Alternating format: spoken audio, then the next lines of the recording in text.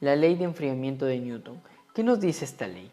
Nos dice que en un cuerpo la razón de cambio de la temperatura con respecto al tiempo es proporcional a la diferencia entre la temperatura del cuerpo y la temperatura del medio que lo rodea.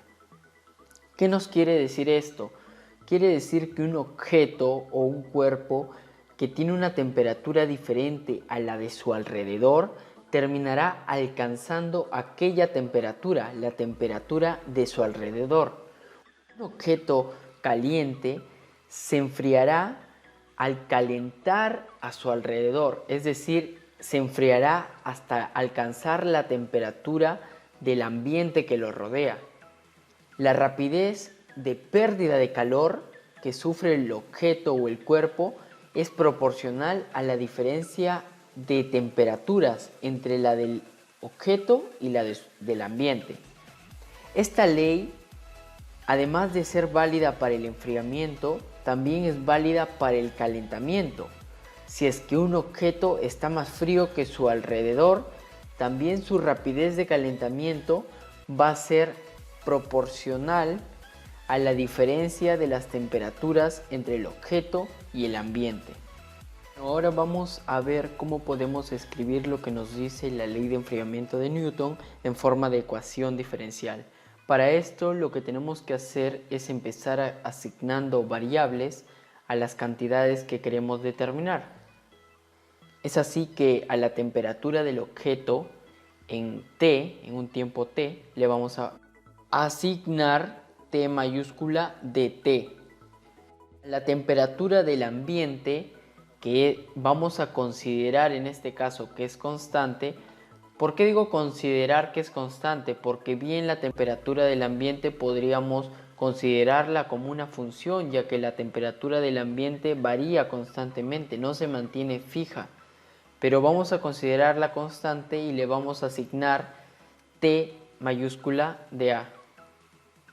Por otro lado, a la razón de cambio de la temperatura le vamos a asignar T mayúscula prima de T, que sería la derivada de T respecto del tiempo. Bueno, ahora construimos la ecuación diferencial. La ley nos dice la razón de cambio de la temperatura con respecto al tiempo, en este caso T' de T, proporcional a la diferencia entre la temperatura del cuerpo y la temperatura del medio que lo rodea. Esto quiere decir que a T de T menos la temperatura del ambiente, que sería T de A, la vamos a multiplicar por K, que es una constante de proporcionalidad. Entonces, T' de T nos quedaría igual a K por T de T menos T de A. Bueno, luego de haber construido la ecuación diferencial, nos damos cuenta que es una ecuación diferencial de variables separables que podemos resolver. Entonces, el T' es igual a K por T menos T de A. El T' la vamos a escribir en la notación de Leibniz, que sería la derivada de T mayúscula respecto del tiempo es igual a la constante de proporcionalidad por T menos T de A. Ahora podemos pasar a multiplicar el diferencial de T y pasar a dividir al otro lado el T menos T de A, obteniendo diferencial de T mayúscula sobre T mayúscula menos T de A. Sabiendo que T de A es una constante, que es la temperatura del ambiente. Y todo eso igual a K por diferencial de T. Bueno, ahora lo que hacemos es integrar a ambos lados, obteniendo que el integral de la diferencial de T mayúscula sobre T menos T de A es igual al integral de K por la diferencial de T, de donde obtendríamos que el logaritmo natural del valor absoluto de T menos T de A es igual a K por T más una constante C1. Al aplicar nuestras propiedades de logaritmos, obtendríamos que el valor absoluto de T menos T de A es igual a epsilon elevado a k por t más la constante C1. Ahora el valor absoluto podemos analizarlo de tal forma que el valor absoluto de t menos t de a es igual a t menos t de a si t es mayor que t de a, o sea, si la temperatura del objeto es mayor a la temperatura del ambiente. Y además, el valor absoluto de t menos t de a puede ser igual a menos t menos t de a si la temperatura del ambiente es mayor a la temperatura del objeto. Por un lado tenemos la ley de enfriamiento y por otro lado la ley de calentamiento. Donde la temperatura del objeto es mayor a la del ambiente tenemos la ley de enfriamiento, y donde la temperatura del ambiente es mayor a la del objeto tenemos la ley de calentamiento. Es por ello que se llama ley de enfriamiento o de calentamiento de Newton. Bueno, analizaremos primero cuando la temperatura del objeto es mayor a la temperatura del ambiente.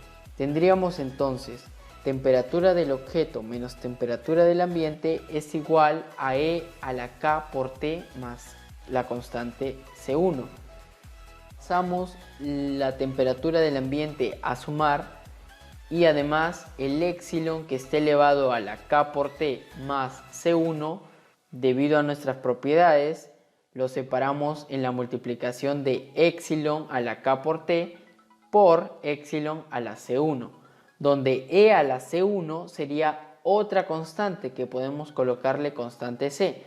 De esta manera tendríamos que T es igual a T de A más C por E a la K por T, teniendo como solución que T de T es igual a la temperatura del ambiente más una constante C por epsilon elevado a la constante K por el tiempo.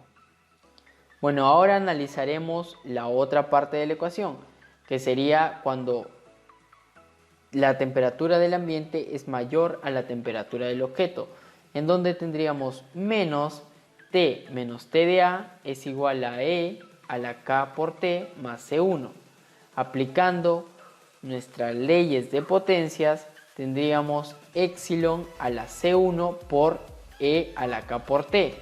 Y el signo negativo que teníamos a un lado de la ecuación lo pasamos al otro lado, multiplicando toda la ecuación por un negativo. De esta manera el negativo por el negativo da un positivo, quedándonos T menos T de A, y en el otro lado quedaría igual a menos E a la C1 por E a la K por T.